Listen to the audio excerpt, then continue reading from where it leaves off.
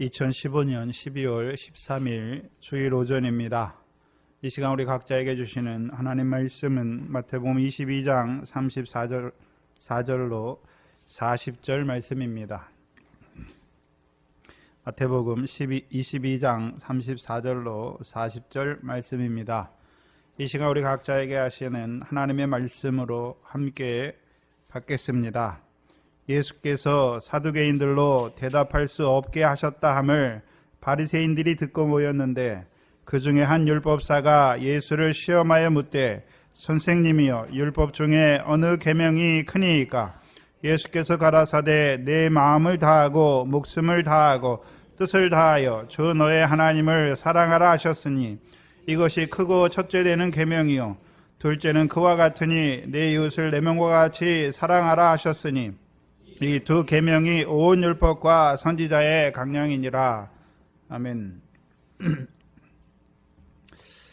예수님께서 이 땅에 오셔서 이루신 일들을 요한복음 20장에서 표적이다라고 말씀하셨습니다. 그럼 예수님께서 표적을 행하시는 이유가 무엇입니까? 또한 이 복음서를 통하여 그 표적을 우리에게 기록하시고 그것을 우리에게 생명의 말씀으로 주시는 목적이 무엇입니까? 그가 하나님의 그리스도이심을 믿게 하시는 것이죠. 그래서 우리로 하여금 그로 인하여 생명을 얻게 하시기 위함이다라고 요한복음 20장이 말하고 있습니다. 그럼 표적이 무엇입니까? 표적이 무엇일까요? 권능을 행하시는 것이고 귀신을 쫓아내시는 것이지요. 그것이 표적입니다. 그럼 권능이 무엇입니까? 모든 병과 모든 연약한 것을 고치시는 것이죠. 또한 그 성령을 힘입어 귀신을 쫓아내시면 이제 우리에게 하나님의 나라가 임하는 것을 보여주시는 것이죠. 그래서 예수님께서 행하시는 그 모든 것이 무엇입니까? 표적이에요. 믿게 하시려고. 그가 하나님의 그리스도이심을 믿게 하시려고. 그러면 그가 하나님의 그리스도임을 믿는다는 의미가 무엇입니까? 오늘도 그 권능으로 우리와 함께 하시는 것이고 오늘도 그 비유의 말씀으로 우리와 함께 하시는 것이죠. 그것을 봐야 되는 것이죠. 그냥 예수님이 이런 표적을 행하였다는 것이 아니라 오늘도 그 표적으로 우리와 함께 하시는 그 그리스도를 보는 자가 되어야 되죠. 그래서 오늘도 우리가 그리스도와 함께 하는 자로 또한 그리스도와 함께 모으는 자로 살아가야 하는 것이고 더 자라가면요 이제 시온의 왕으로 임하시는 그 그리스도와 함께한 자로 살아가게 하시는 것이죠. 그것이 표적을 보게 하시는 것이죠. 그러면 문제는 예수님만 그 권능을 행하고 그 표적을 행하는 것이 아니라 제자들에게도 그 권능을 허락하신 것이죠. 그래서 그 제자들을 누구에게 보내십니까? 먼저 청함을 받은 자들에게 이제 보내시는 것이죠. 그것이 혼인잔치의 비유입니다. 그렇다면 거기서만 그치는 것이 아니라 오늘 저와 여러분이 어떤 자들입니까? 우리가 그 표적을 보고 먼저 믿은 자가 되었으면 우리도 뭐 하는 자가 되어야 되는 것입니까? 그 혼인잔치의 종들과 같이 나가서요 만나는 자들에게 권능을 행하는 것이죠. 사람 낚는 어부의 일을 하는 것이고요. 권능을 베풀어 주는 것이고요.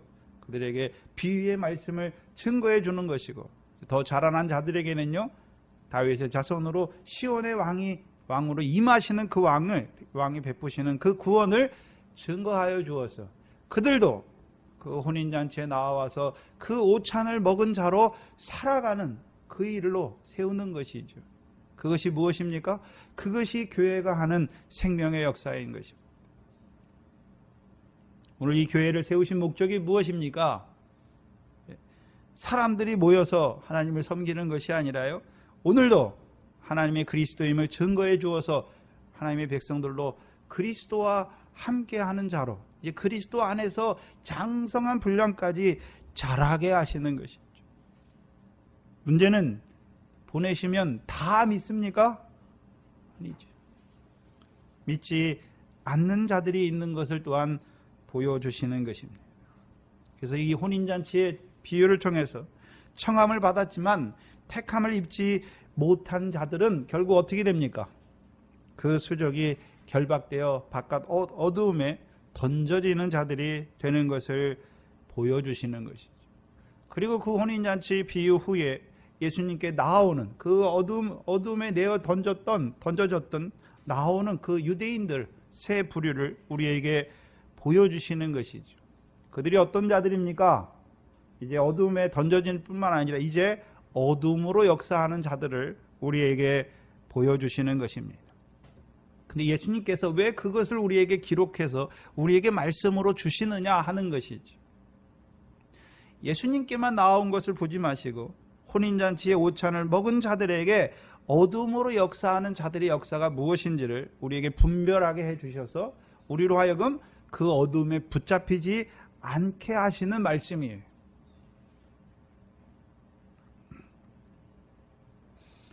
성경에 귀신의 말이 있습니까? 마귀의 말이 있습니까?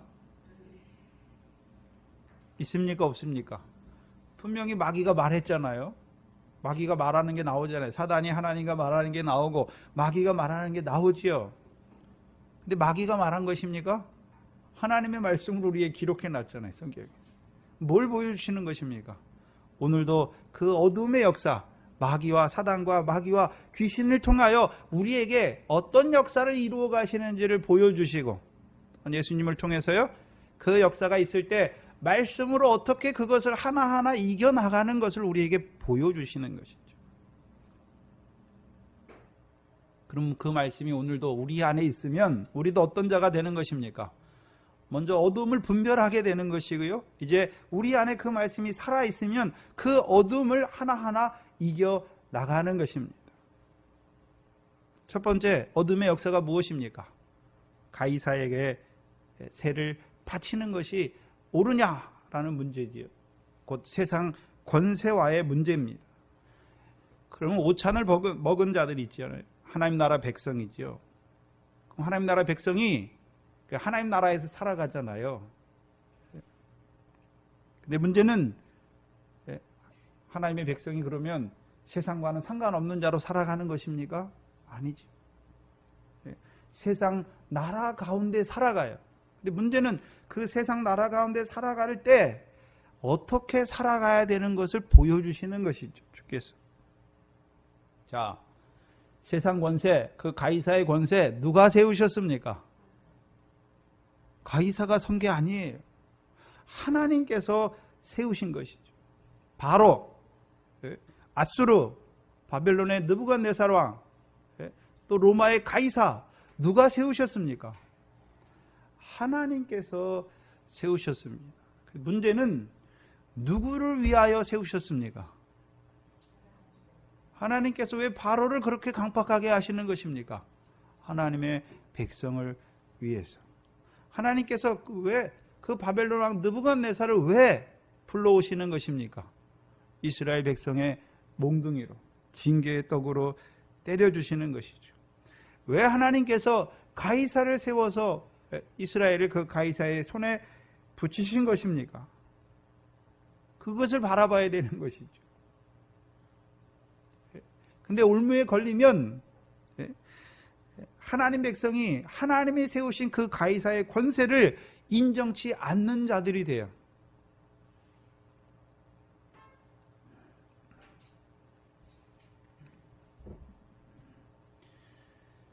그 하나님 나라의 백성을 위하여 그 세상 권세를 세우셨는데 문제는 그 하나님 나라 백성이 하나님께서 그 권세로 세우셔서 바로로 느부갓네살로 가이사로 세우셔서 그들을 통하여 하나님 백성에게 이루어 가시는 그 하나님의 뜻을 깨닫지 못하는 데 있는 것이죠. 에레미야 때 하나님 백성들을 한번 보세요. 하나님의 뜻이 무엇입니까? 바벨론 왕 느부갓네살에게 항복하라. 그게 하나님 뜻이에요. 근데 많은 그 예루살렘에 있던 이제 모든 이스라엘 땅은 다 포위되고 이제 예루살렘 하나만 남았는데도 그 예루살렘에 있는 이스라엘 백성들이 뭐라고 생각합니까? 에레미야를 통해서 느부갓네살 왕에게 항복하라. 그러면 너희 생명을 얻을 것이다 말하니까요. 오히려 그 느헤미야를요 때리고 핍박하고 구덩이에 던지고 옥에 가두는 것이죠. 하나님이 그 에레미야를 통해서 분명히 느부갓네살을, 그 바벨론 왕 느부갓네살을 통하여 이스라엘에게 그 멍에로 역사하는 것을 알지 못하는 자들. 결국 그걸 보지 못하면 올무에 걸려요, 그들이. 그래서 에레미야 때 이스라엘 백성이 올무에 걸려요. 올무에 걸리면 어떻게 됩니까? 그 바벨론 왕 느부갓네살의 권세 아래서요, 칼과 기근과 사망과 연병으로 죽는 자들이 돼요. 그런데 하나님께서 그 느부갓네살의 권세를 통하여 세우신 권세를 깨닫는 자들이 되면 누구를 통해 깨닫습니까? 이사야와 에레미야를 통해서 분명히 말씀해 주셨으니까 깨닫게 되면요, 다니엘 세 친구처럼 분별하는 자가 돼요. 자기 생명을 얻는 자가 돼요. 얻는 자가 돼요.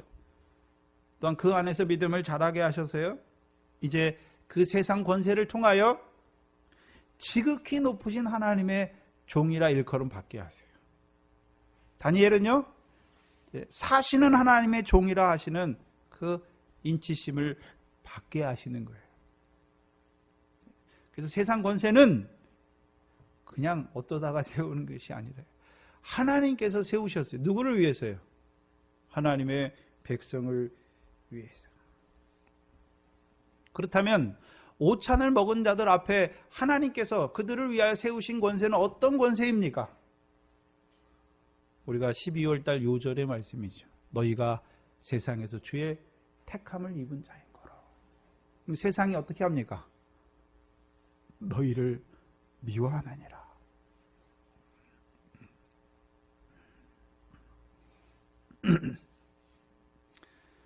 오늘은 전 세계가 신자유주의 물결이 다 우리나라도 있고 다 그렇지요. 그냥 그렇게 세우신 것이 아니라 하나님께서 그 자본주의를 발달하게 하셨어요. 그렇게 이루어 가세요. 왜요? 분별하시는 거예요. 그 세상 권세를 통해서 진리의 사랑 안에 살아가는지 아니면요 진리의 사랑을 알지 못하는지, 하나님 백성이. 그래서 한국도 어떻습니까?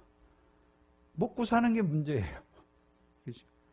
어떤 직업을 가질지, 평생 뭘 해서 먹고 살지, 결국 육신의 목숨을 위해서 무엇을 먹을까 마실까, 그 염려하는 자리에 다 떨어지는 거예요.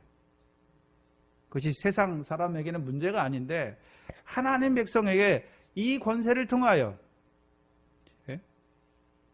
지금 세우시는, 세계에 세우신 그 권세를 통하여 뭘 이루어 가십니까? 하나님 백성에게 네가 진리의 사랑 안에 있는지, 믿음이 있는지, 아니면 죽은 자인지 그것을 분별해 나가시는 거예요. 그래서 오늘도 예수 믿는 사람들이, 예수 믿는 청년들이 다 뭐 합니까? 믿음이 먼저가 아니라요, 내가 어떻게 하면 좋은 직장 가고, 내가 어떻게 하면 좋은 직장 가는 이유가 무엇입니까? 육신으로 사는 날 동안 육신의 목숨을 위해서 무엇을 먹을까 마실까 그 자리에 떨어지게 하는 거예요.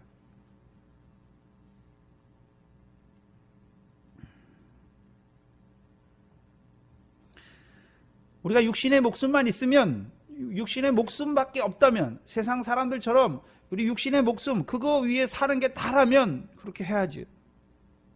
근데 저와 여러분에게는 하나님께서 주신 생명이 있지 않습니까? 위의 것을 보게 하시고 오늘도 우리를 이 땅에서 잠깐 육신으로 살아가게 하시는 목적이 무엇입니까? 육신으로 예수 믿어 잘 먹고 잘 살게 하시는 것이 아니잖아요. 그거는 잠깐 동안 사는 거예요. 여러분, 육신의 쾌락, 육신의 즐거움, 그게 영원할 것 같습니까? 솔로몬을 통해서 뭐라고 말씀하십니까?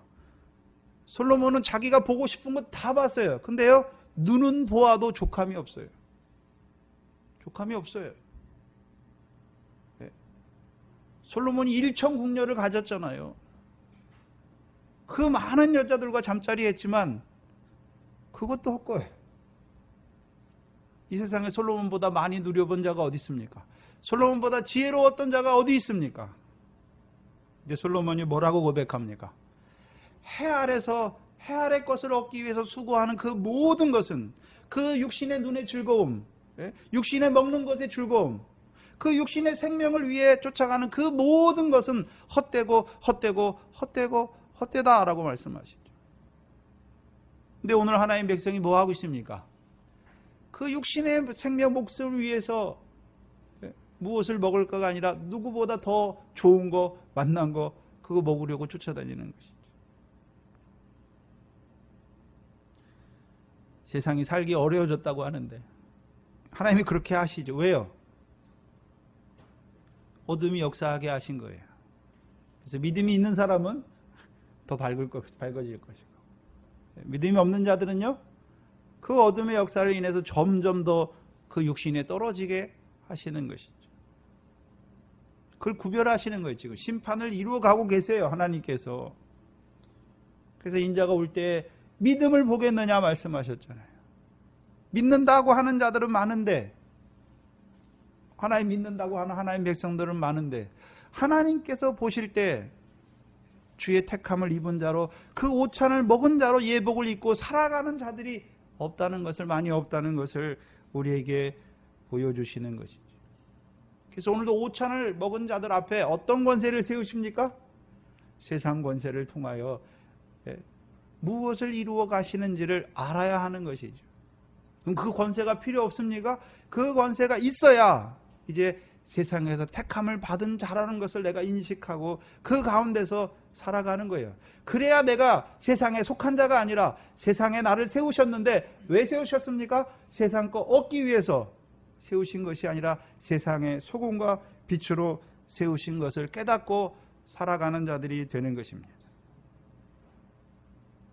그러면 오찬을 먹은 자들에게만 그 세상 권세를 두신 것이 아니라 이제요, 저녁을 먹은 자들 앞에도 하나님께서 그 세상 권세를 통하여 이루어 가시는 역사가 있는 것을 이제 마태복음 후반에 보여주시죠. 예수님께서 그 성찬 만찬을 먹고 나니까 누가 옵니까? 예수님을 잡으러 오죠. 그 예수님께서 누가복음에 뭐라고 말씀합니까? 지금은 너희 때의 어두움의 권세다. 그럼 그 어둠의 권세를 통해서 이제 만찬을 먹은 자들을 어디로 데려갑니까? 죽는 자리에 데려가요. 예? 능욕을 받는 자리에 데려가는 것이죠. 요한복음 19장을 보시면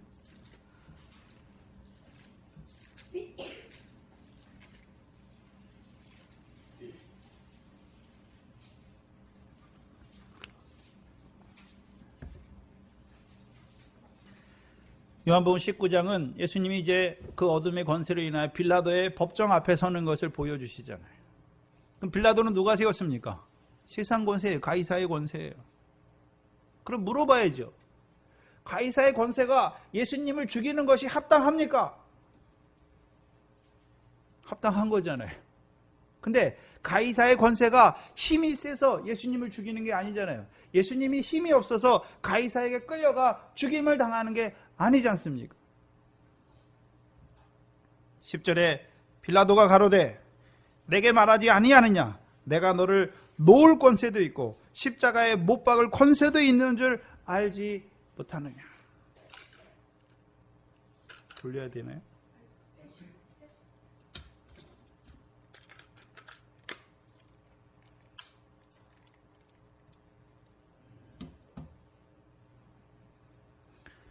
그럼 빌라도가 그 권세에 갇힌 게 아니에요. 근데 11절에 예수님께서 뭐라고 말씀하십니까? 위에서 주지 아니하시면 나를 해할 권세가 없으리라. 누가 주셨단 말입니까? 위에서 빌라도에게 그 권세를 줬단 말이에요. 하나님께서 허락하셨단 말입니다. 그러면 만찬을 먹은 예수님께만 그렇게 허락하시는 것이 아니라요, 그 만찬에 참여한 저녁을 먹은 자들에게 하나님께서 그 빌라도와 같은 권세를 통하여 뭐 하게 하십니까? 십자가에 못 박음 당하게 하시는 거예요.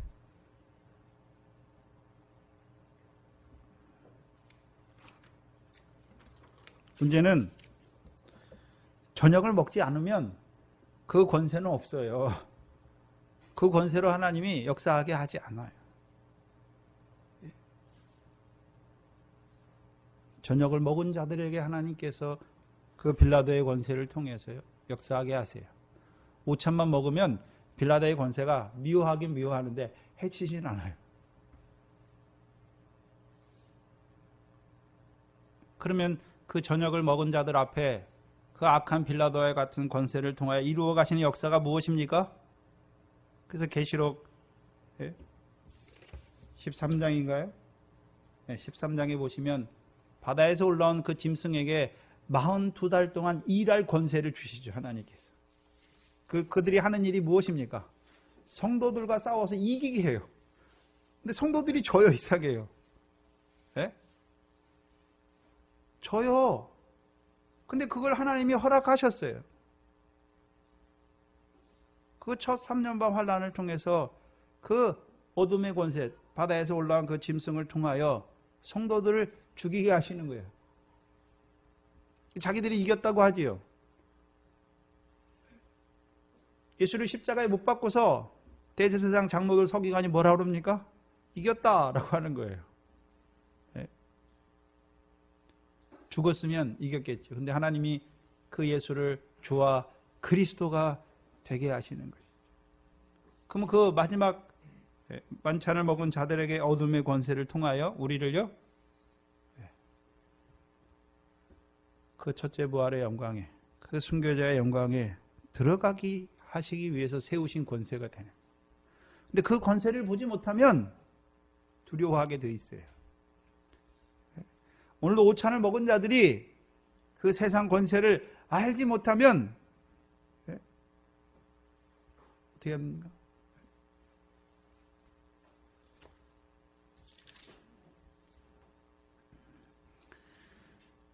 죽은 자가 되는 것이죠. 또한 두 번째, 그 사두개인의 교훈, 부활이 없다는 그 사두개인들과의 문제. 부활이 없으니까 결국은 뭐라 그러냐면 신학적 세속주의자들과의 논쟁이죠. 오찬을 먹은 자들 앞에 왜 그 바리새인의 교훈을 우리 앞에 두셨습니까? 이 교훈에 떨어지면요, 부활이 없으니까 예수 믿지만 하나님 섬겨요. 바리새인, 이 사두개인들이 하나님 안 섬기는 게 아니에요. 하나님 섬겨요. 근데요, 부활이 없대요. 그러면 어떤 하나님 섬기고 있습니까? 우리에게 부활이 없으니까 육신으로 살아간 날 동안에 그 육신의 것만 더해 주시는 하나님, 그 하나님 섬기는 거예요. 하나님을 섬긴다고 하는데 부활에 대해서는 죽은 자예요. 부활에 대해서는 죽은 자예요. 오늘도 예수 믿는 자들 중에서 부활이 없어요. 그게 어떤 자로 살아갑니까? 부활에 대해서는 죽었어요. 내세에 대한 게 없어요. 곧 분명히 하나님께서 마태복음 6장부터 하늘에 상이 있다라고 말씀했잖아요. 기도하고 구제하고 금식하고 미래 결실하고 보리에 결실하고 열매를 맺은 자들에게 분명히 하늘에 상이 있다라고 말씀하는데, 그 마태복음의 팔복을 통해서도 하늘의 상을 얻는 자로, 하늘 위에 우리를 위하여 예비하신 그 상을 얻는 자로 세워가시는데, 이들은 하나님 나라 복이 뭔지 몰라요. 여전히 무슨 복입니까? 세상 복, 육신의 복. 그들도 하나님 섬긴다고 그래요. 하나님 말씀 가지고 해요.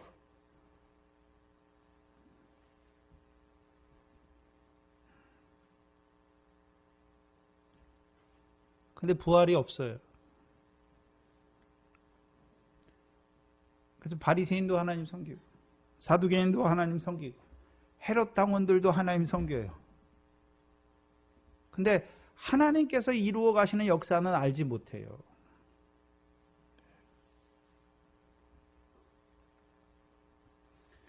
그래서 오찬을 먹었지만 사두개인의 교훈으로 인해서 망한 자들이 나와요, 성경에. 누굽니까? 여러분이 잘 아는 아나니아 삽비라고요. 노아 때 하나님의 백성들이죠. 하나님의 아들들이에요. 여호와의 신이 함께 했던 자들이에요. 근데 어떤 자들이 돼버립니까? 육체가 돼버리죠. 결국 어디 가운데 죽는 자들이 됩니까? 바다 가운데 죽는 자들이 되는 거예요. 그 광야에 있는 자들이 아니에요. 오찬의 자리까지 먹었으면서도 다시 육체에 떨어지니까 결국 그 물의 삼킴을 받아서 그 가운데 죽는 자들이 되는 것이죠. 그럼 바다 가운데 죽었다는 의미가 무엇입니까? 바다 밑에도 땅이 있어요. 땅이. 그렇죠? 땅이 있잖아요. 그럼 땅 속에 뭐가 있습니까? 씨가 있잖아요. 채소의 풀이 있고 채소의 씨가 있고 열매 맺는 과목이 씨가 있잖아요. 근데 바다가 있으면 그게 납니까 못 납니까? 못 나요. 못 나. 문제는 이 노아 때 사람들은 한 번 땅이 됐었잖아요. 바다가 물러가고 물세례 받아서 바다가 물러가고 땅이 났잖아요. 또한 여호와 신이 함께 했으니까 하늘의 것을 보면서 내는 자가 됐음에도 불구하고 다시금 어떻게 됩니까? 물이 물 아래 있는 땅이 되니까요. 하나도 내지 못해요.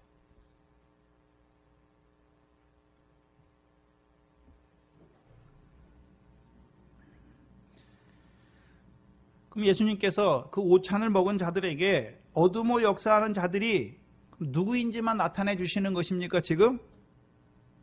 아니에요. 먼저는 분별하게 하세요. 어둠의 역사가 무엇인지. 예수님이 광야 시험 당하잖아요.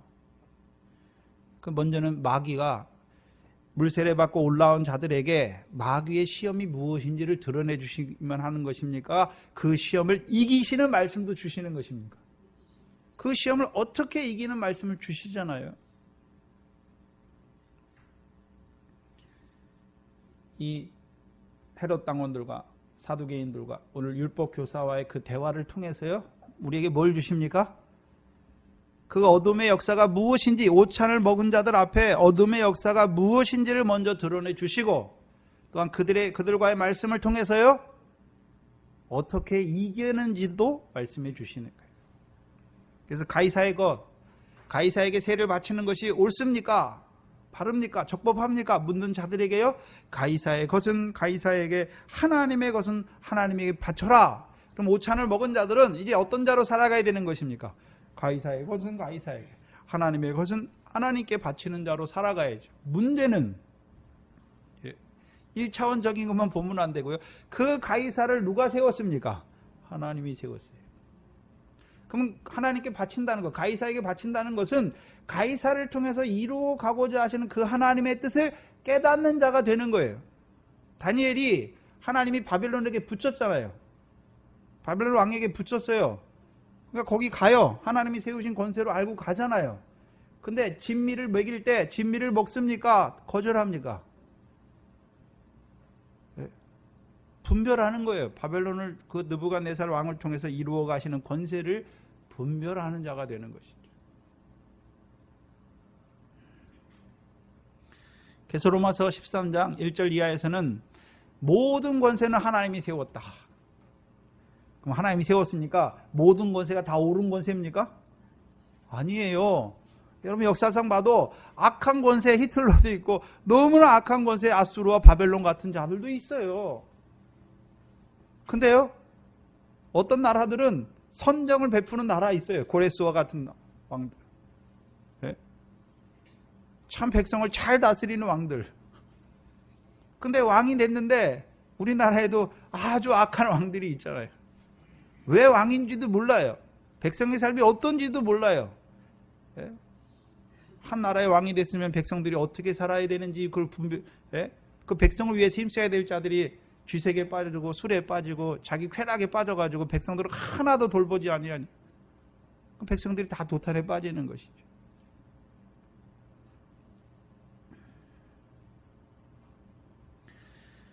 베드로전서 1장에서는 인간의 세운 모든 제도를 누구를 위해서요? 주를 위해서. 주를 위해서 순복하라 말씀하시는 거죠. 그럼 요셉도 애굽에 팔려가잖아요. 흑암이잖아요. 근데 요셉이 어떻게 합니까? 그 가운데서도 형통하잖아요. 그럼 다니엘이 이스라엘의 대적인 바벨론 느부갓네살에서 신하 노릇하잖아요. 그게 나쁜 것입니까? 아니에요. 상을 얻는 일이에요. 그 권세에 충성하는 것이 아니라 죽게 하는 거예요. 죽게. 그 주를 위해서 순복하는 것이죠.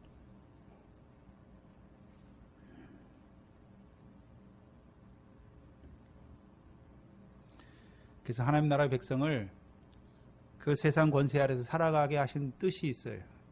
먼저는요, 지극히 작은 일에 충성하게 하세요. 그게 소금이에요, 소금. 이제 그 안에서 연단 받으면요, 빛으로 세워요. 빛으로 세워요.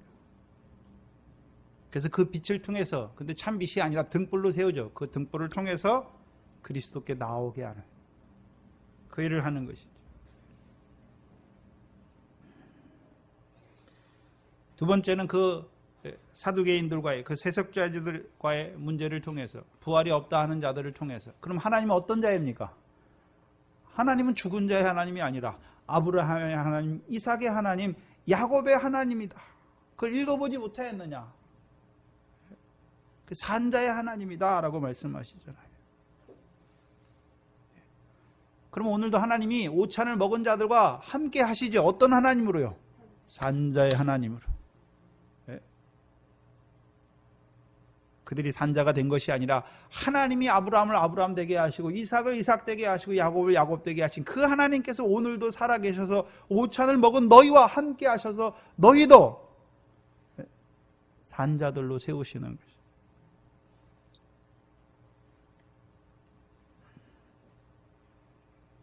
그리고서 오늘 본문이 나오는 것이죠. 예수께서 사두개인들로 대답할 수 없게 하셨다 함을 바리새인들이 듣고 모여요. 그럼 바리새인들은 어떤 자들입니까? 부활이 있다라고 말하고 사두개인들은 부활이 없다라고 말하니까 예수님께서 그 사두개인들을 꼼짝 못하게 만들었잖아요. 그러면 이 바리새인들은 부활이 있다고 말하는데 사두개인들과 논쟁하면서 서로 못 이겨요. 무슨 말이냐면 우리가 토론 같은 거 나오면 이 상대방이 주장하고 이 상대방이 주장하는데 거의 모든 토론의 결과를 보면 둘 다 어떻게 합니까? 한쪽이 한쪽을 굴복시키는 게 있습니까? 거의 없습니까? 거의 없어요. 거의 없어요. 그러면 사두개인들이 교훈이 있고 바리새인이 교훈이 있잖아요. 이거는 부활이 없다는 자들이고 바리새인들은 부활이 있다고 그러니까 둘이 어떻게 합니까? 변론하겠죠. 근데 결론이 납니까? 안 납니까? 왜 안 납니까? 근데 예수님의 말씀이 있으면 결론이 딱 나게 돼 있어요. 결론이 딱 나잖아요. 사두개인들이 어떻게 합니까? 말할 수 없는 거예요. 부활이 없다고 말할 수 없는 것이. 근데도 안 믿어요. 사두개인들이 분명히 예수님께서 말씀했잖아요. 너희가 성경도 하나님의 능력도 알지 못하는 거로 오해하였다. 부활을 말할진대 라고 말씀하시잖아요. 그럼 사두개인들이 자기의 교훈이 틀렸다는 걸 알면 어떻게 됩니까? 오늘도 아브라함의 하나님, 이삭의 하나님, 야곱의 하나님, 살아계신 그 하나님께서 자기들과 함께 하셔서 하나님의 백성과 함께 해서 이루어가는 그 역사 안에 들어가면 되는데 거기 나가지 못하는 거예요. 또한 이 바리새인들도 어떻게 합니까? 예수님께서 사두개인을 그가 부활이 없다는 그들의 주장을 대답할 수 없다는 그거에만 관심이 있는 거예요. 그거에만. 그러니까 고소하게 생각했겠죠. 사두개인의 교훈들, 그렇게 믿는 사람들. 그걸 꼼짝 못하게 했으니까 하나님 말씀 가지고 꼼짝 못하게 했으니까 얼마나 고소했겠습니까? 자기들이. 거 봐라. 사두개인 교훈 틀렸어. 저들의 교훈은 틀렸어. 문제는 거기에만 있는 거예요. 초점이. 부활이 무엇인지 아브라함의 하나님, 이삭의 하나님, 야곱의 하나님, 그 산자의 하나님으로 오늘도 그 백성과 함께 하셔서 이루어 가시는 것이 무엇인지를 그거에는 관심이 없어요.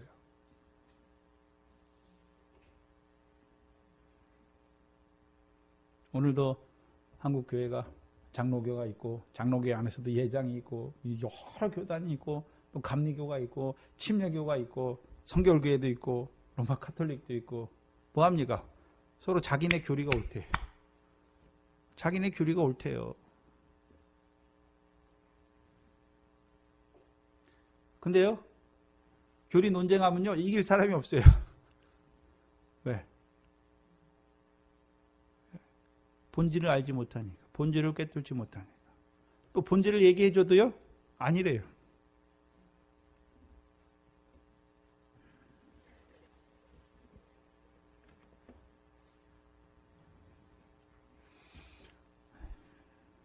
그래서 이 바리새인들이 예수님께 오잖아요. 근데 문제는 오늘도 하나님의 말씀 듣는데 하나님이 그 말씀을 통해서 무엇을 이루어 가는지에 관심이 없어요. 네?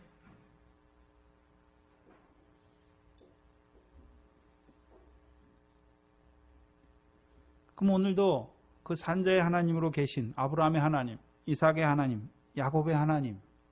근데 왜 성경은 노아의 하나님도 있었고 에녹의 하나님도 있었고 많은 있었는데 왜 아브라함의 하나님, 이삭의 하나님, 왜 야곱의 하나님으로 말씀하십니까? 언약의 하나님이죠. 아브라함에게는 언약을 세우셨고 이삭에게 맹세하셨고 야곱에겐 율례를 세우신 그 하나님.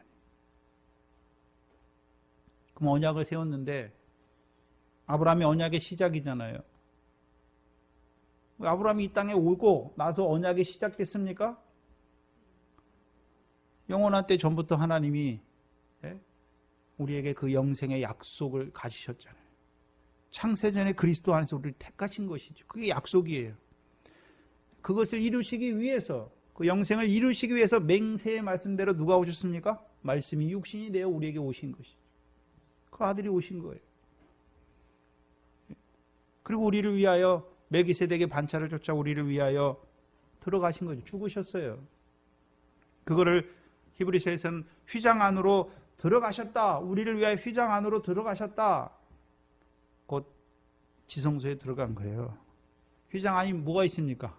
지성소가 있잖아요. 그럼 지성소 안에 뭐가 있습니까? 법궤. 그래서 휘장은 저의 육체다라고 말씀하잖아요. 육체. 휘장을 찢었는데 휘장을 저희 육체다라고 말씀했잖아요. 그 휘장 안에 가면 지성소로 가야 되는 지성소가 안 보이고 그냥 휘장은 저의 육체다라고 말씀하여요. 그래서 교회가 그의 몸이잖아요. 우리가 육체예요. 우리가 그리스도의 몸의 지체잖아요. 그럼 우리가 이제 휘장을 찢어져서 우리를 지성소 안으로 데려갔다는 의미는 이제 우리를요 그리스도의 몸에 접붙은 자로 세우신 거예요.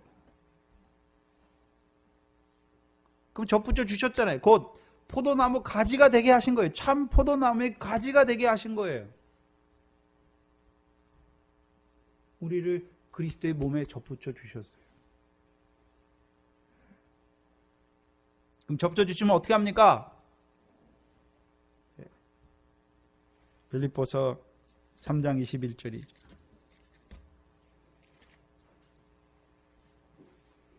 빌립보서 3장 21절 보시면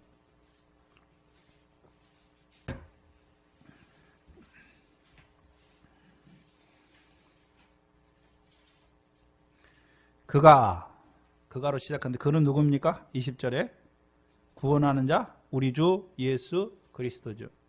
그가 만물을 자기에게 복종케 하실 수 있는 자의 역사, 우리말에는 좀 잘못되게 번역이 좀 이상하게 되어 있는데요.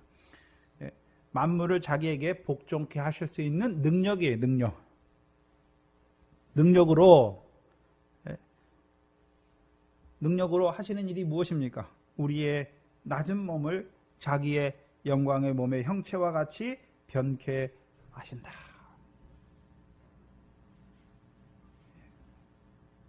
그럼 우리의 낮은 몸이 그냥 우리 스스로 변화되는 게 아니라 영광의 몸으로 변화되는 것이 아니라 우리가 누가 될 때요? 그리스도의 몸의 지체가 될 때 그리스도께서 그 능력으로 오늘 우리를 어떻게 하십니까? 우리의 낮은 몸을 영광스러운 몸의 형체와 같이 변하게 하시는 거예요. 근데 문제는 조건이 무엇입니까? 몸에 붙어 있어야 되는 거죠. 지체가 돼야 되는 거예요. 참 포도나무에 붙어 있어야 되는 것이죠.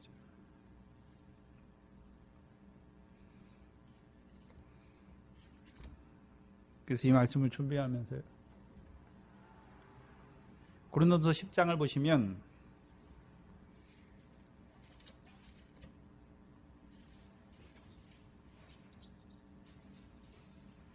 16절, 17절에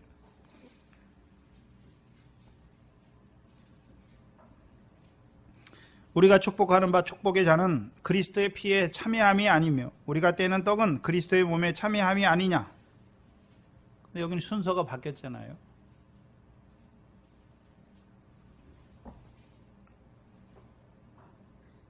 순서가 바뀌었잖아요. 원래 순서는 뭡니까? 먼저 그리스도의 몸, 떡을 받게 하시고 그 다음에 잔을 받게 하시잖아요. 만찬에서는 주의 떡을 먼저 받게 하시잖아요. 이건 너희를 위한 내 살이다, 먹으라 말씀하시고 그 다음에 잔을 말씀하실 때는요, 내 피로 세우신 언약의 잔이다 라고 말씀하시는 것이죠. 근데 고린도전서 10장에서는 순서가 바뀌었어요. 그리스도의 피에 참여하시길 하시는 잔이다 라고 말씀하시고 잔 다음에 뭘 말씀하십니까? 떡을 말씀하세요. 그럼 왜 순서가 바뀌었습니까? 먼저 떡을 먼저 주시고 잔을 주실 때, 언약의 피로 세우실 때는 말씀을 받아 먹었잖아요. 근데 우리가 그렇게 살 수 있습니까? 못 삽니까? 못 사는 우리를 위해서 계속해서 나 같은 죄인을 사랑하신 사랑 안에 있잖아요. 근데 잔이 먼저 나올 때는요, 이제 나 같은 죄인을 사랑하시는 그 새 계명의 첫 번째 돌판 안에서 자라게 하셔서 이제 우리로요, 그리스도의 몸, 어떠냐? 그리스도께서 우리를 사랑하신 것처럼 우리도 형제를 사랑하는 그 몸이 되게 하시는 것을 보여주시는 거죠. 이제 우리를 그리스도의 피에 참여하게 하셔서 우리로 하여금 그리스도의 몸이 되게 하시는 거예요. 그 영광스러운 몸이 되게 하시는 거예요. 그 영광에 합당한 열매 맺는 몸이 되게 하시는 것이죠. 그게 그 순서가 바뀌어 있어요. 제가 지난번 성찬할 때는 이걸 잘 못 봤어요. 근데 의문점은 갖고 있었어요. 왜 이렇게 하셨을까? 여기는 왜 축복의 잔이 먼저 나왔을까?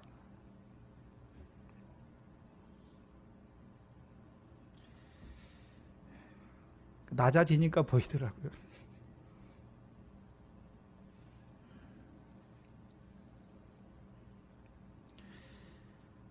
그래서 우리가 우리를 그 낮은 몸을 변화시키는데 어떻게 하십니까? 주의 잔에, 그 축복의 잔에 참여하게 하셔서 이제 우리의 몸이 이제 그 영광스러운 몸으로 살게 하시는 것입니다. 그래서 영광스러운 몸으로 산다는 것, 부활의 몸으로, 부활의 생명으로 산다는 것은 무엇입니까? 하나님 나라를 유업으로 얻게 하는 그 열매를 맺는 삶을 사는 것이죠. 근데 그 열매는 내가 그렇게 사는 것이 아니라요, 그 피에 참여할 때에 우리 몸이 어떤 자가 되는 것입니까? 그 영광에 합당한 열매를 맺는 몸으로 살아가게 하시는 것이죠.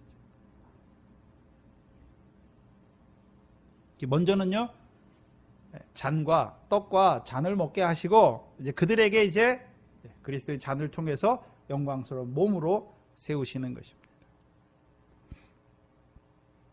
그게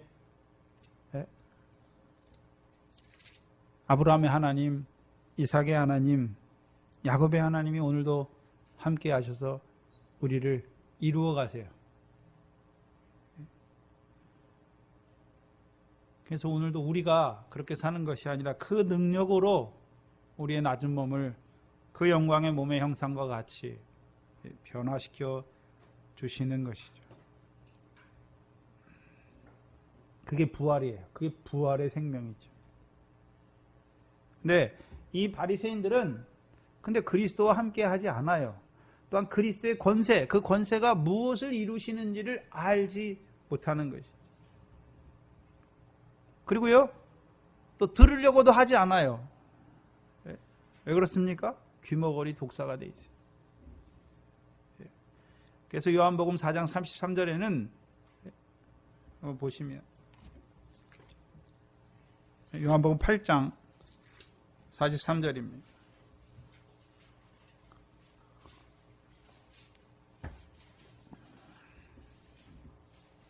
(43절에) 어찌하여 내 말을 깨닫지 못하느냐? 이는 내 말을 들을 줄 알지 못함이니라. 우리말에는 그냥 들을 줄 알지 못했다고 그랬는데 영어 성경을 보면 unable to hear 해가지고 들을 수 없다. 듣기에 전혀 이제 들을 수 없어요. 능력이 안 돼. 들을 수 없어. 왜 그렇습니까? 44절에요. 마귀에게 났으니까. 너희 아비의 욕심을 너희도 행하고자 하는 자다. 저는 처음부터 살인한 자여 진리가 그 속에 없으므로 진리에 서지 못하고 거짓말을 할 때마다요 자기의 것으로 해요. 거짓말을 하면서도 그게 거짓인지를 알지 못하는 거예요.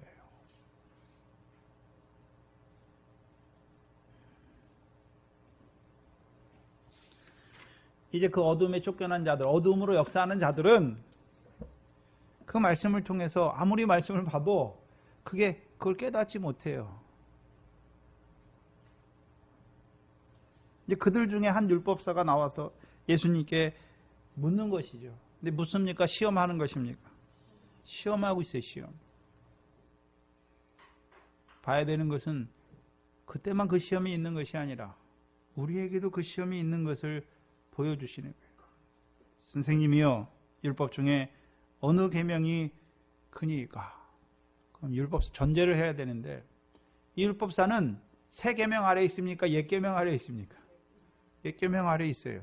그리고 나올 때도 그 옛 계명을 가지고 예수님을 시험하기 위해서 나오고 있는 자지. 근데 마태복음 22장 전체적인 순서를 보면 그렇죠? 오찬을 먹은 자들에게 가이사의 것, 올무. 근데 두 번째는요, 부활. 세 번째는 무엇입니까? 계명의 문제잖아요.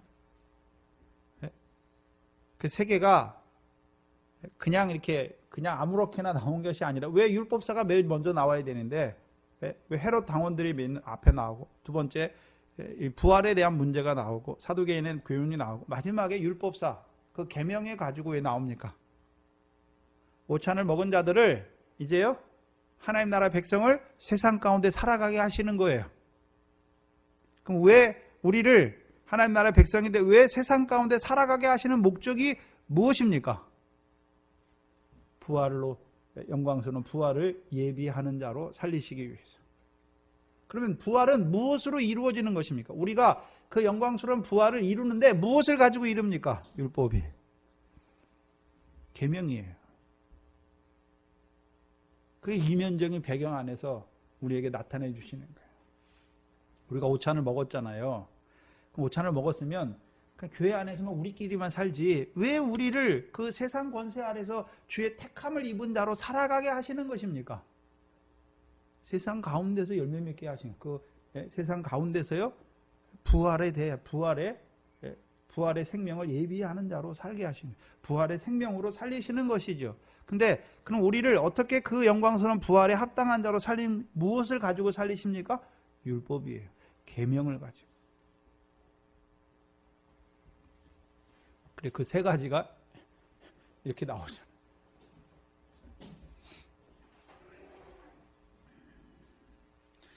근데 문제는 예수님께서 말씀하시는 율법은 어떤 율법이 있습니까? 천국에서 크다 일컬음을 얻게 하시는 계명이죠. 근데 이 바리새인들이 예수님께 가지고 나오는 율법은 천국에서 크다 일컬음을 얻게 하는 계명입니까? 옛 계명 가지고 나오고 있습니까? 옛 계명 가지고 나와 있어요. 이 바리새인들은 그리스도의 권세를 알지 못하잖아요. 왜요? 세례요한의 세례를 저버렸거든요. 그럼 제자들은 어떤 자들입니까? 예수님께서 이 땅에 왜 오셨습니까? 마태복음 5장 17절 이하에 내가 율법이나 선지자나 폐하러 왔습니까? 완전케 하러 오셨습니까? 완전케 하러 오셨잖아요. 근데 옛 계명 아래 있는 자들은 완전케 하시는 그를 알지 못하니까 여전히 어디 아래 살아갑니까? 옛 계명 아래 살아가는 것이죠.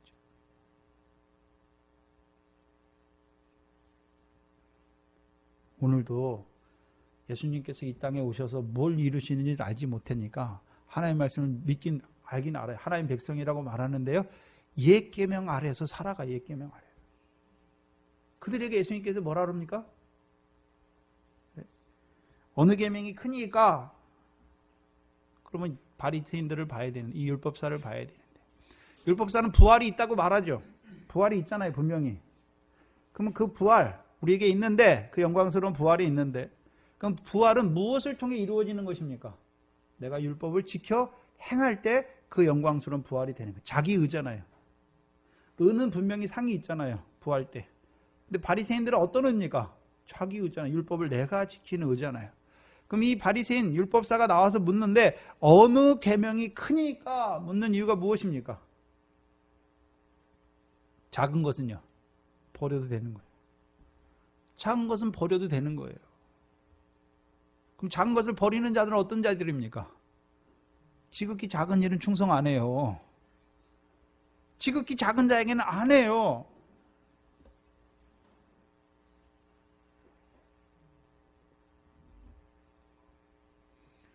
바리새인들은 부활이 있잖아요.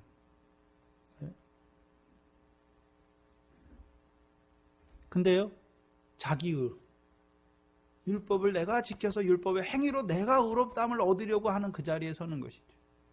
그럼 바리새인들이 행하는 의는 무엇입니까?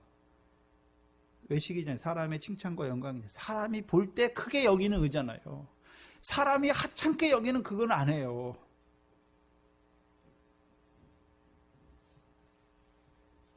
그럼 예수님의 말씀을 한번 비춰보면 좀 이상해요. 예수님은 분명히 우리에게 율법을 완전케 하셨고, 그리고 이제 이 지극히 작은 계명을 우리에게 더 나은 의로 주셔서 천국에서 크게 큰 자가 되게 하시는데, 예수님 말씀을 잘못 보면 옛 계명을 말하고 있잖아요. 내 마음을 다하고 목숨을 다하고 뜻을 다하여 주 너의 하나님을 사랑하라. 이것이 첫째 되는 계명이요. 둘째는 그와 같으니, 그 첫째와 둘째가 따로 있는 게 아니라 그와 똑같은 위치에 세우는 거예요. 네 이웃을 내 몸과 같이 사랑하라. 그럼 옛 계명 말한 거 똑같잖아요.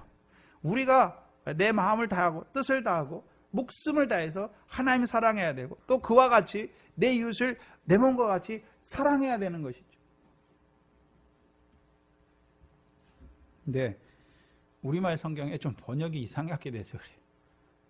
이게 이 두 계명이 온 율법과 선지자의 강령이다라고 되어 있죠. 이 강령이라고 해석한 단어가 영어 성경, 성경 전부 다에 여기서만 강령으로 번역을 해놨어요. 다른 데는 다 달리다, 달려있다. 그래서 예수님께서 저주받아서 십자가에 달렸다 알았을 때도 이 단어를, 같은 단어를 써요. 그리고 뭐에 달려있다, 매달리다라는 단어예요. 뭐에 달려있다. 근데 우리말 성경에 다른 데는 그 달려있다로 다 번역했는데 여기만 강령어로만 딱 번역해놨어요.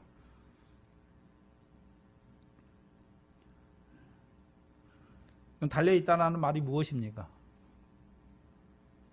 바로 번역하면 온전하게 좀 뜻이 의미적으로 잘 통하게 하면 온 율법과 선지자가 이 두 계명에 달려있다, 의존하고 있다.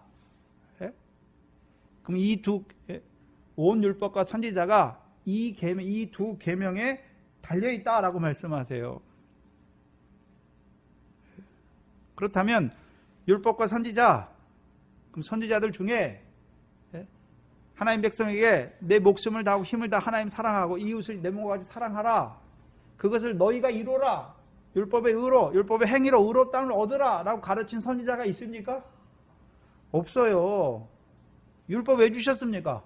율법의 행위로 의롭다함을 얻으라고 주신 것입니까? 죄를 깨닫게 하시기 위해 주신 것입니까? 죄를 깨닫게 하시기 위해서 주신 것이죠. 이사야 선지자가 뭐라 그럽니까? 너희는 하나님께 나와 변론하자. 자, 하나님께 나와 변론하자. 너희 죄가 주홍 같을지라도, 너희 죄가 진홍 같을지라도. 뭘 말씀하고 있습니까?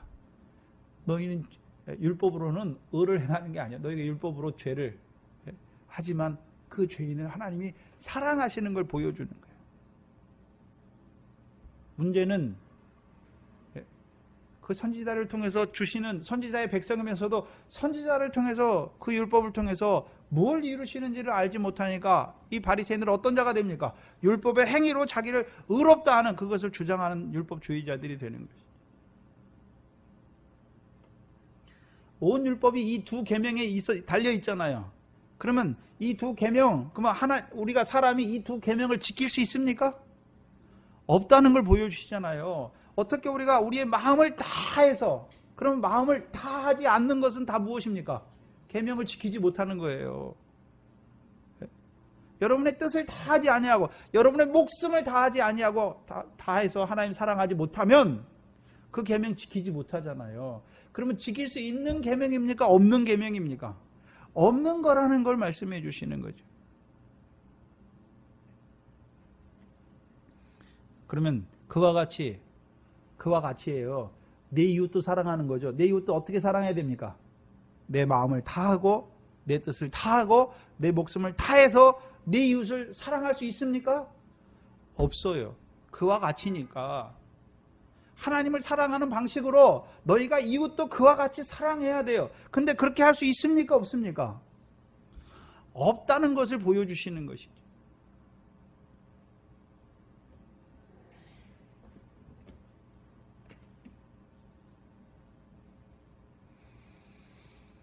그래서 로마서 3장 20절에요. 율법으로는 뭐를 깨닫게 하시기 주셨습니까?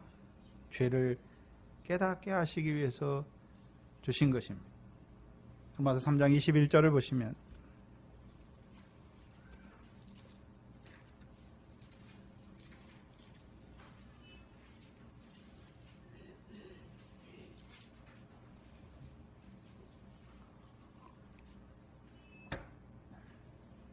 (19절) 이하부터 보시면 우리가 알거니와 무릇 율법이 말하는 바는 율법 아래 있는 자들에게 말하는 것이니 율법이 율법 아래 있는 자들에게 말하는 거잖아요. 뭐라고 말합니까? 모든 입을 막고 온 세상으로 하나님의 심판 아래 있게 하는 거죠. 왜 온 세상입니까? 자기들은 율법 받았잖아요. 율법 받았는데 왜 자기들의 입을 막아버립니까? 우리가 율법을 지켰기 때문에 하나님의 의로운 자가 되는 게 아니에요. 율법이 없는 이방인들은 그 가운데서 의롭지 못해서 망하는 것이고, 율법을 가진 우리도 율법으로 하나님 앞에 의를 행하는 것이 아니라 오히려 율법으로 죄가 드러나므로 우리가 심판을 받을 수밖에 없는 것을 보여주는 거예요. 그래서 온 세상으로 하나님의 심판 아래 있게 하시는 거죠.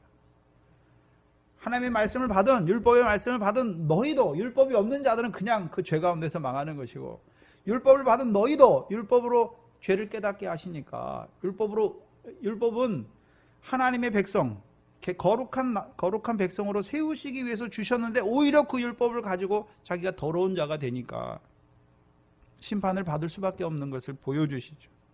20절에 그러므로 율법의 행위로 그 하나님 앞에 의롭다 하심을 얻을 육체가 없나니 율법으로는 뭐를 깨닫습니까? 죄를 깨달으니. 그러면 율법이 무엇입니까? 구약에 있는 그 율법을 말하는 게 아니에요. 하나님의 말씀이에요. 율법 왜 주셨습니까? 우리가 하나님의 백성이라는 걸 알게 하시고, 우리가 하나님의 제사장인 걸 알게 하시고, 하나님의 백성이라는 걸 거룩한 백성으로 살아야 법으로 주신 거예요. 하나님의 백성은 이 법으로 살아야 되는 것을 말씀해 주시는, 그게 말씀이에요. 저와 여러분은 세상의 어떤 학문을 쫓아 사는 것도 아니잖아요. 예전에는 우리가 예수 믿기 전에는 내가 가진 지식이나 내 거 가지고 내 마음대로 살았잖아요. 근데 하나님 믿게 됐으니까 이제 하나님 말씀을 따라 살아야 되는 거예요. 그게 율법이에요. 근데 하나님 말씀을 따라 살아야 되는데, 근데 우리가 하나님 말씀 따라 살 수 있습니까? 없습니까? 우리가 그렇게 살 수 없다는 것을 보여주세요. 하나님 말씀. 그래서 우리를 하나님 백성으로 살리시려고 하나님 말씀 주셨는데 우리는 오히려 어떤 자가 됐습니까? 죄인. 그러니까 안 믿는 사람 앞에서 자랑할 만한 것이 하나도 없는 죄인이라는 것을 보여주시죠. 근데 21절에 이제는 율법 외에 하나님의 한 의가 나타났으니 율법과 선지자들에게 증거를 받은 것이다. 여기 증거는 증언이에요. 율법과 선지자가 증언했어요. 뭘 증언했습니까? 율법으로 의롭다함을 얻지 못해. 그러니까 한 의를 하나님이 준비하셨다는 것을 보여주시는 것이죠. 곧 예수 그리스도를 믿음으로, 행함으로가 아니라, 율법을 행함으로가 아니라 예수 그리스도를 믿음으로 말미암아 모든 믿는 자에게 미치는 하나님의 의지.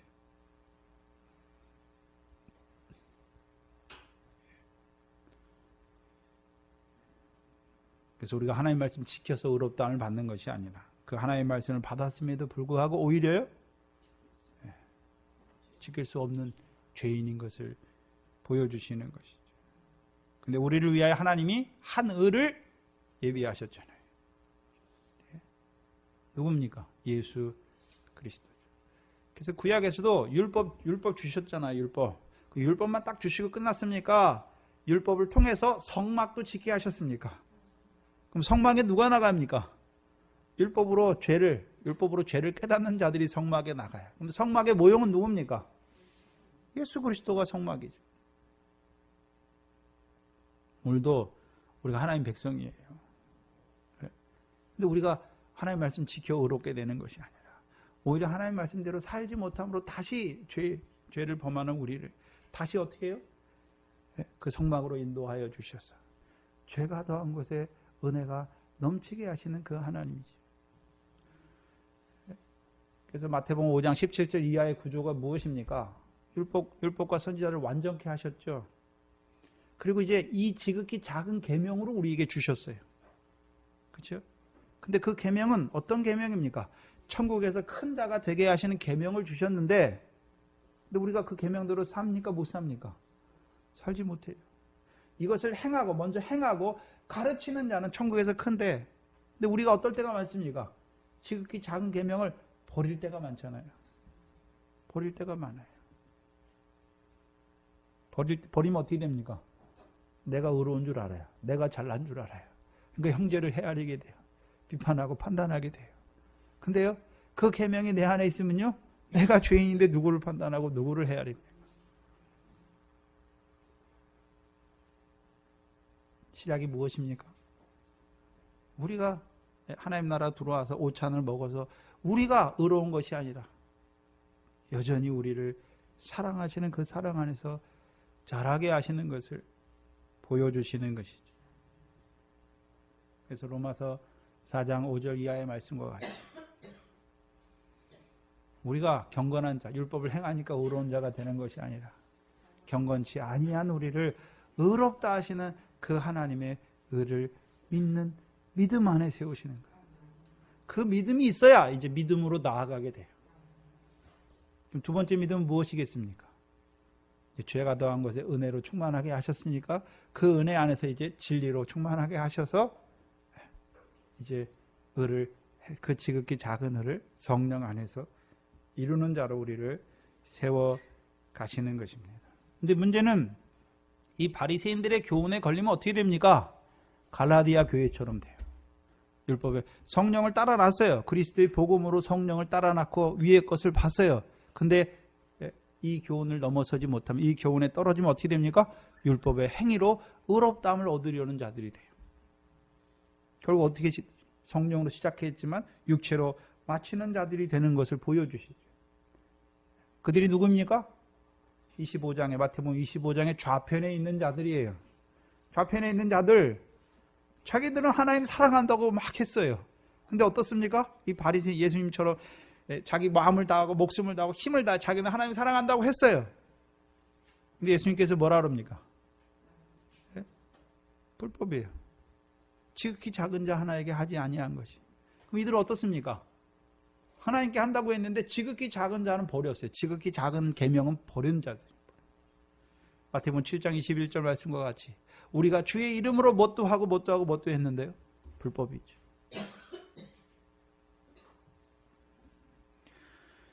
그래서 오찬을 먹은 우리 앞에 있는 그 어둠의 역사를 보여주실 뿐만 아니라 이제 어떻게 이겨나가게 하시는지도 보여주세요. 그 세 가지를 통해서. 그러면 저와 여러분이 오늘 무엇을 먹었습니까? 물세례 받았습니까?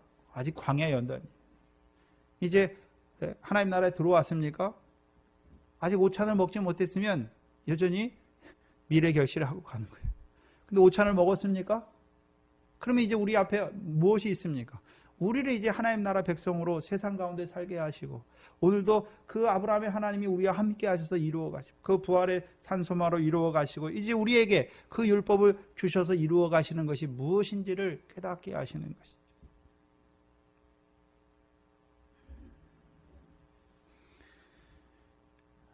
그래서 우리에게 계속해서 말씀을 주시죠. 근데 그 말씀을 통해서 우리가 하나님 앞에 의로운 자가 아니라요. 여전히 우리는 죄인인 것을 깨닫게 하시고 죄 가운데 있으니까 그 영광에 이르지 못하는 것을 보여주시잖아요. 그게 우리예요. 근데 우리를 어떻게 하십니까? 우리의 낮은 몸을 영광의 몸의 형체와 같이 병케 하시는 그 주님의 지극히 작은 계명 아래 살아가게 하시는 것이죠. 이것이 우리에게 주시는 더 나은 의의 말씀으로 주시는 하나님의 말씀입니다. 그 말씀 안에서 우리가 살아가는 것이죠. 기도하겠습니다.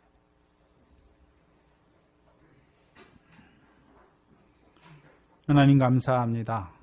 우리를 일찍부터 그 물세례 받게 하시고 그 하나님의 말씀으로 살려주신 것도 감사하고 또 이제 성령을 따라서 그 하나님 나라의 백성으로 살려주시고 이제는 그 혼인잔치의 오찬을 통하여 그 하나님 나라의 백성으로 이 세상 가운데 그 부활을 위하여 예비하는 자로 살아가게 하셨음에도 불구하고 미련한 저희들이 그 옛 계명으로 행할 때가 너무나 많아서 위의 것을 우리의 무엇을 가지고 이루려고 할 때가 너무나 많았던 저희들 이제 그 오찬을 먹은 자들 앞에 있는 그 어둠의 권세를 통하여 이제 오늘 우리를 그 하나님 나라의 백성으로 세상 가운데 세우신 그 하나님의 뜻을 분별하게 하시고 또한 우리와 함께 하셔서 그 아브라함의 하나님, 이삭의 하나님, 야곱의 하나님이 오늘 우리와 함께 하셔서 우리를 그 산자로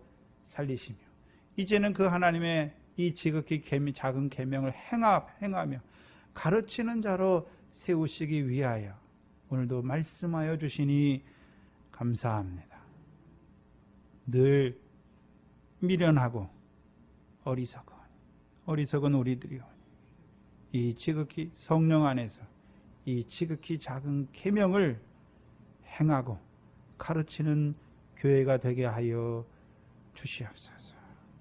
하나님 앞에 나올 때 하나님께서 우리에게 주신 은혜를 깨닫게 하시고 또한 육신으로 살아간 날 동안에 이 모든 것들을 더하시는 하나님을 고백하며 하나님이 주신 것으로 하나님께 돌려드린 11조 감사 주일헌금 바른 중심으로 드리게 하시니 감사합니다.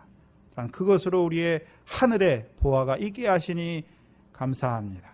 우리의 모든 삶이 그 은혜 안에서 이루어지는 삶이 되게 하여 주시옵소서. 또한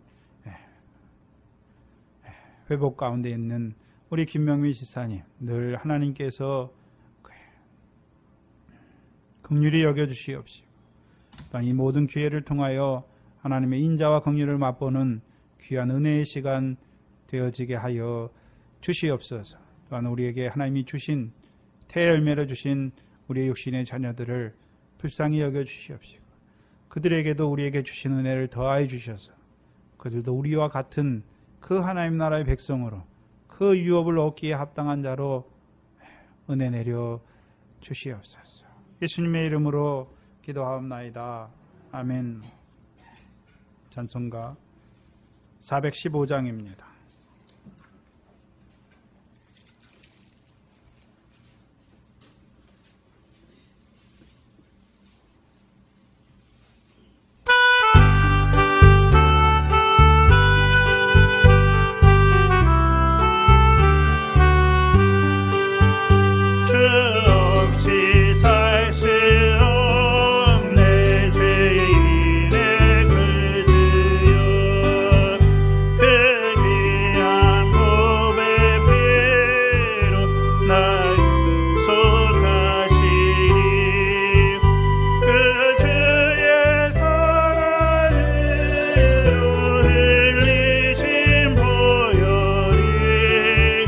내 소망 나의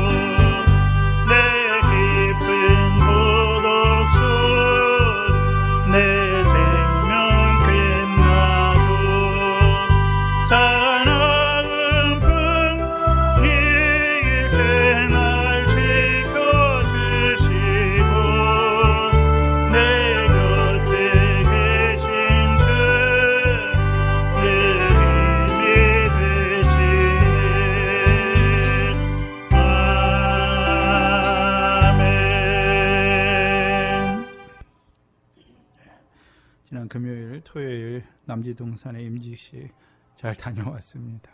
참 제가 미련하고 어리석어서 늘 딱 그게 참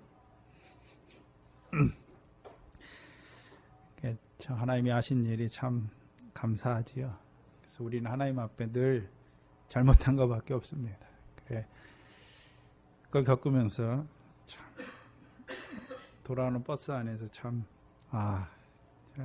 제 안에 어떤 것들이 스쳐갔는지 참 내가 악한 자이고 내가 교만한 자이고 그랬구나 참 사람이 이게 많이 깨닫게 하실 때 은혜 안에 들어게 하실 때 그때가 늘 말하면서도 내가 그거를 잘 못하더라고요. 하나님이 또 저를 낮춰주셔서 그래도 또 은혜 가운데 또 많이 다친 사람이 없어서 참 감사합니다.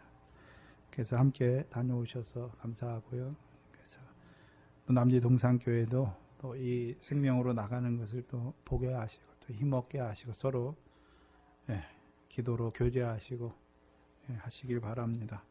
넷째 주에는 재정 보고가 있습니다. 위에서 잘 준비해 주시고 또 기도해 주시고 또 제가 다음 주 월요일에는 청도를 갑니다. 같이 가시는 분들도 믿음 안에서 잘 준비하시고 기도하시고 또 1월 첫째 주에 성찬이 있습니다. 그래서 성찬을 위해서도 기도하시고 그 올 한 해가 이제 내년 한 해도 주의 몸에 참여한 자로 주의 잔에 참여한 자로 살아가는 의미에서 매 첫 해에 이 첫 주를 성찬을 하겠습니다. 요절은 요한복음 15장입니다.